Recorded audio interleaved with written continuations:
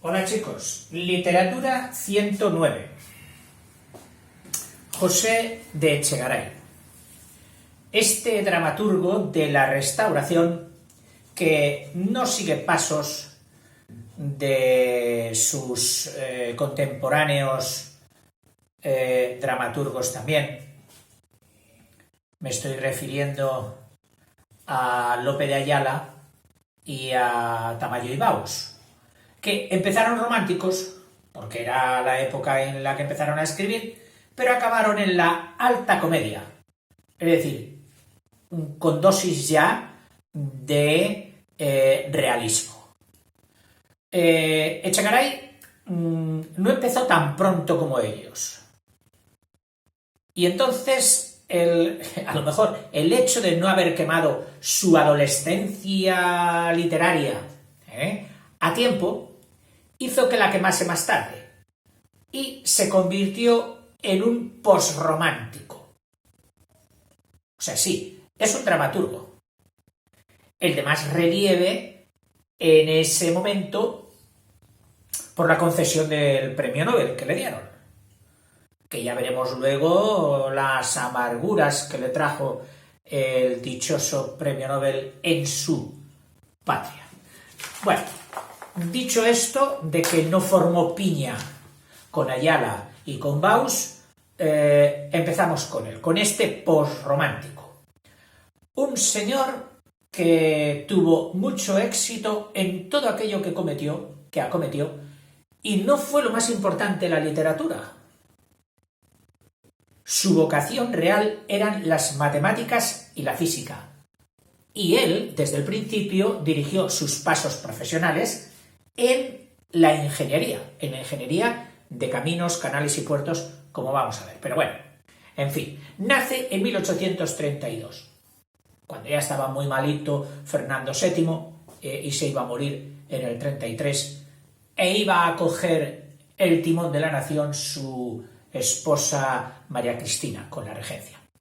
Ahí es el momento en que nace en Madrid, aunque de padres, el padre era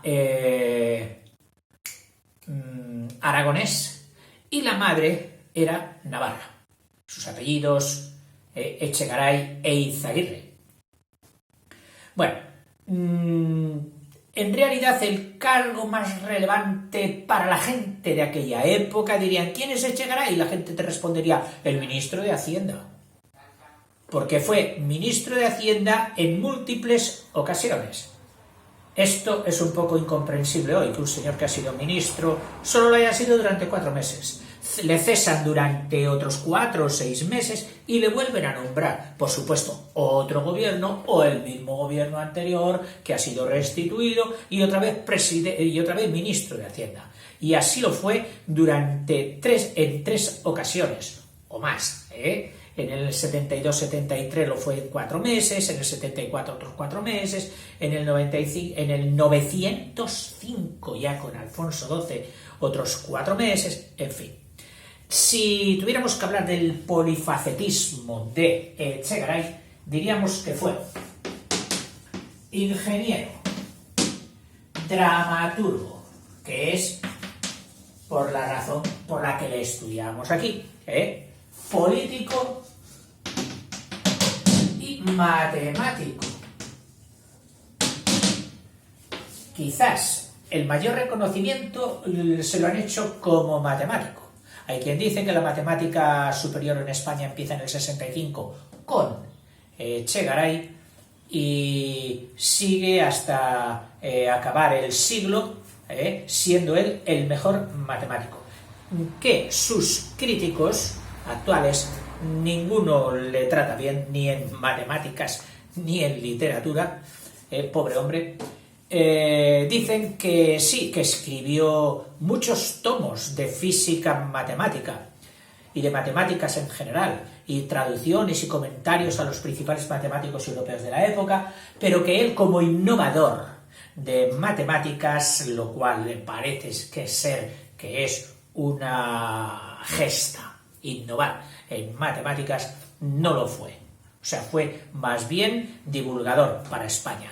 Y Además, y a lo mejor me estoy adelantando a lo que tengo escrito aquí, no tuvo muy buen talante ni muy buen genio a la hora de hacer crítica de la ciencia y en concreto de la matemática anterior a esa época, haciendo historia. Y se ganó la antipatía de muchísimos. O sea, no solo se va a ganar la antipatía como dramaturgo, que ya veremos, sino que también se la ganó como matemático. Bueno, vamos a su vida. Su padre había sido médico y profesor de instituto aragonés, su madre navarra. Pasa la infancia en Murcia. Es curioso el trasiego de personal y de ubicación que había en aquella época entre los funcionarios, cosa que hoy se ha reducido muchísimo con la nueva estructura de autonomías políticas en España, donde parece que uno nace en su tierra, tiene que desarrollarse en su tierra y...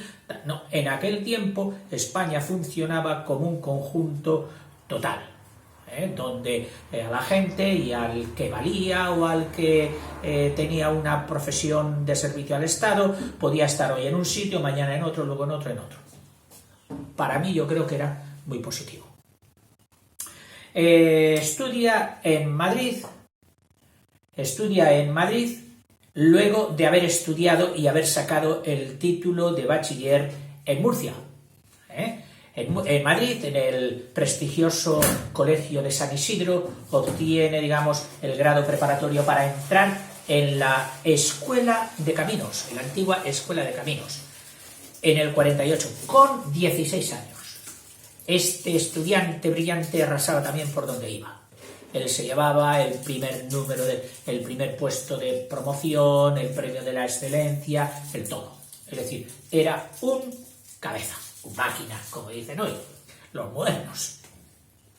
A los 20 años tiene ya su título de ingeniero de caminos, canales y puertos, como el primero de su promoción. Su primer trabajo para hacerlo tiene que irse a unas obras, lógicamente, que había en Almería y en Granada. No obstante, aun cuando él fuera un técnico, como diríamos hoy, de carrera técnica, sus lecturas las centraba en dos vertientes. Una literaria, en la que leía mucho a Goethe, a Homero y a Balzac.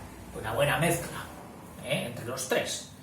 Y en matemáticas le impactaban, le subyugaban Gauss, Legendre, aunque se diga seguramente de otra manera, y Lagrange o Lagrange. Es un trabajador incansable, de forma que al llegar el momento, como diríamos hoy, de su posible jubilación, aunque entonces no existía ese concepto de jubilación, decía: no puedo morirme, yo necesito 25 años más porque tengo que acabar esto y tengo que acabar lo otro. Y para mí eso es admirable, llegar a edades avanzadas y que todavía tengas una profesión que te entusiasme, un trabajo que te entusiasme, como para querer vivir más para desarrollar ese trabajo, lo considero una suerte en la vida, por supuesto. En su etapa final fue precisamente la más productiva, hasta 25 o 30 tomos de física matemáticas. Desde muy jovencito, en el año 54, hasta el 68, es decir, 14 años, fue profesor de la Escuela de Caminos, donde él se graduó. También compagina su docencia en la Escuela de Obras Públicas entre el 58 y el 60. A los 30 ya le hacen miembro de la Real Academia de las Ciencias Exactas. Hemos dicho su actitud dura con la tradición científica española,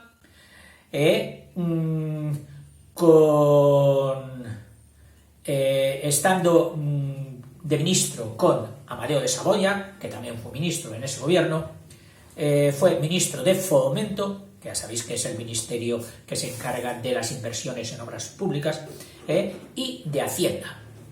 Y sentó las bases de normativa y ejecución de los ferrocarriles españoles. Después del golpe de Pavía, aquel,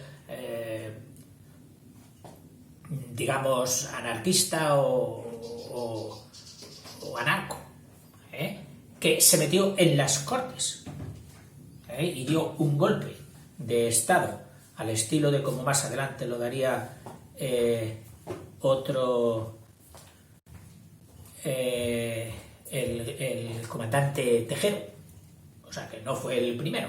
Ya teníamos precedentes en la historia de España de golpes de este tipo. Bueno, pues a partir de aquel golpe también cuentan con su experiencia como ministro de Hacienda y aprovecha para fijar al Banco de España como el banco oficial de la nación y hacerle exclusivo en la emisión de billetes. Solo el Banco de España podría a partir de entonces emitir billetes. Deja luego un poquito de hastío en la política y empieza a saborear las mieles del éxito en la literatura, en concreto en el teatro. Desaparece su fervor republicano, que lo fue durante casi toda su vida, y prestó su colaboración al gobierno o a los gobiernos monárquicos de Alfonso XII, que también le hizo ministro de Hacienda. La faceta que a nosotros nos corresponde, que a lo mejor no teníamos que haber hecho tanto hincapié en las otras, pero es que es interesante, porque al fin y al cabo lo importante es la persona, su obra también, pero la persona a mí siempre me seduce muchísimo más. A los 33 años escribe una primera obra, a los 33 años, que es La hija natural. Hija natural, que ya sabéis que es una hija tenida fuera del matrimonio, lo que con un lenguaje un poco despectivo se ha conocido como bastarda. Y no la estrenó. No llegó a estrenarla, no sabemos si por punto honor personal o porque no tuvo la aceptación de los empresarios de teatro de aquella época. No así pasó ya con el siguiente, que fue el libro talonario. Todas estas son de corte posromántico. Las hizo o escribía con el seudónimo de Jorge Ayaseca, para desligarlo un poquito de su fama como ministro Echegaray. En total, más de 67 obras estrenadas con un gran éxito de público de su época. Se lo devoraban. Oh, sí, tengo que ir, que estrena Echegaray. Otra obra. O sea, el público lo adoraba y los críticos lo abominaban. Curioso que la trascendencia a la posteridad, es decir, a nuestros libros y a nosotros, ha sido la de los que dejaron escrito, que fueron los críticos. La muchedumbre que lo adoraba no escribía, no dejan testimonios escritos.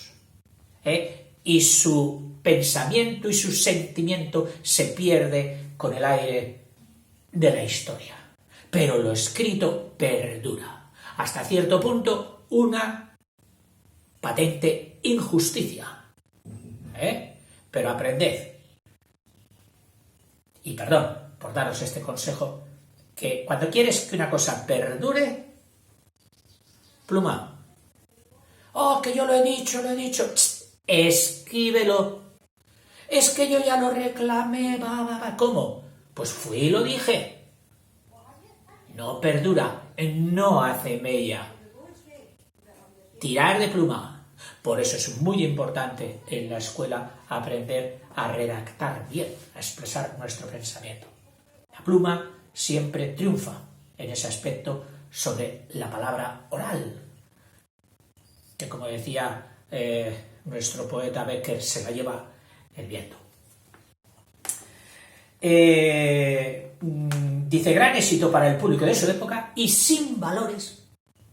Era lo que más le repetían, no tiene valores. No tiene valores. Buscaban valores para redimir a la sociedad. Los valores de ética, de docencia, de instrucción, etc. Y Jacinto Benavente, como los románticos, que él era un postromántico, buscaba entretener, agradar, hacer vibrar a la gente. Si se marchaban a su casa un poco más instruidos o menos instruidos, ¿qué importa? Se habían divertido. Si se marchaban con alguna falsedad sobre algún episodio histórico, ¿qué importa si con ello hoy los exculpamos a todos los que escriben sobre historia y no se atienen a ella y decimos historia novelada? Es decir, este señor ha cogido una base de historia, pero luego él se ha inventado un montón de circunstancias, ha cambiado los personajes, ha metido 15 o 20 más, etc. Y se lo perdonamos todo con la frase esa de historia novelada. Bueno, también se lo podríamos haber aplicado al pobre Echegaray y a los románticos, que al revés, les pusimos de incultos en historia. En el 96 le hacen miembro de la RAE, en su último ya capítulo y senectud después, cuando ya se vuelve a escribir, aunque preferentemente matemáticas porque era lo suyo, pero bueno, también seguía escribiendo alguna obra de teatro, se socializa un poco, es decir, no es inmune o no es impermeable a toda la influencia del realismo, pero bajo una forma muy especial, sobre todo seguidor de dos escritores extranjeros, de Bernard Shaw y de Ibsen, del noruego Ibsen. En 1904, el cuarto año de la concesión de premios Nobel, le cae el Nobel. Y digo le cae porque si le hubieran dado con una piedra en la cabeza, a lo mejor no le habría hecho tanto daño en España. Por cierto, que lo compartió con Mistral. Fueron exageradamente exacerbos con él la generación del 98. Azorín y compañía. Se echaron las manos a la cabeza. ¿Pero qué hacen estos noruegos? Estos no saben nada. Dar el premio a este viejo inútil. Que algo parecido lo conocieron. Incluso Azorín en un periódico se pasó de calle diciendo: en Madrid puedes escribir una carta poniendo solo el viejo idiota, me parece que le llamaba el viejo idiota, y le llega al correo y le llega a su casa solamente con esa dirección, al viejo idiota. ¡Pum! Pues lo pusieron a caldo. Se destacaron en esta crítica negativa sobre Echegaray, Clarín, que era, digamos, el más temido en crítica literaria desde su Oviedo, donde ejercía una tiranía crítica respetada y temida por todos, sobre todo con sus famosos paliques. Y la Pardo Bazán también lo ponían a cargo. Ya hemos dicho que entre sus émulos, o más que émulos, influyentes literatos europeos estaban Bernard Shaw y Pirandello, que lo alababan. O sea, no tenía las críticas buenas de España, pero las tenía en el exterior. y triunfan sus obras, lo cual tendría que haber pausado un poquito los ardores de los jóvenes del 98, el que ese viejo idiota triunfase en los teatros de Londres, en los teatros de París, en los teatros de Berlín y en los teatros de Estocolmo. Una vez más,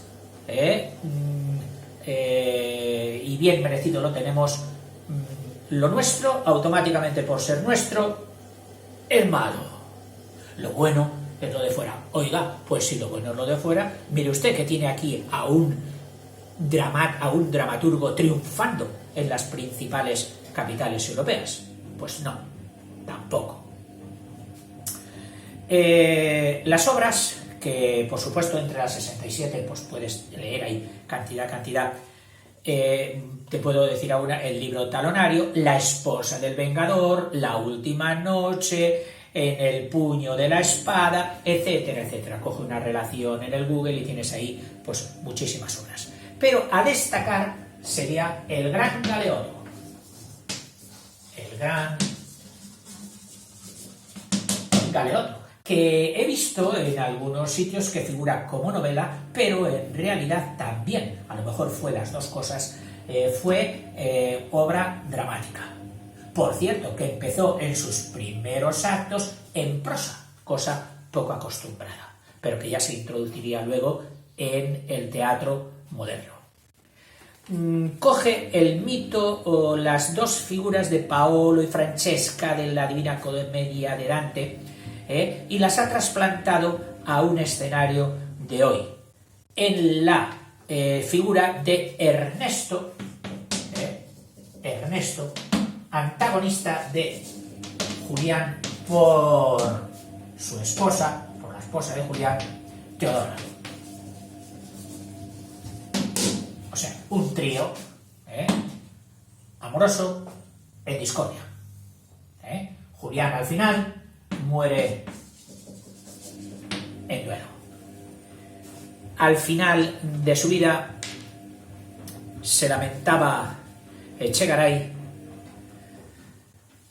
dolido por las críticas que en su patria le habían hecho, cuando en otros países, y aquí solamente la oficialidad, el ser amigo del rey Alfonso XII, pues hizo que en el 4 se le diera con honores el premio Nobel, que no pudo recoger en Estocolmo y lo recogió en España, y la comitiva del premio que se formó para la concesión del premio tardó varias horas, cuentan, en pasar por delante de la Cibeles, porque la gente, el vulgo, ese vulgo denostado por los críticos poderosos y endiosados, pues le negaban. O sea, fue una apoteosis popular.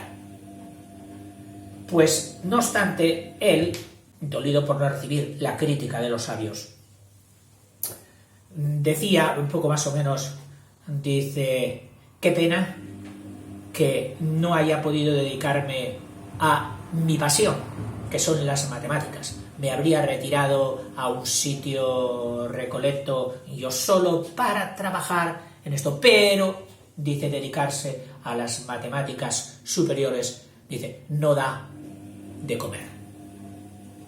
Y dice, y entonces he tenido que comer, pues, con los suicidios de mis obras, los duelos de mis obras,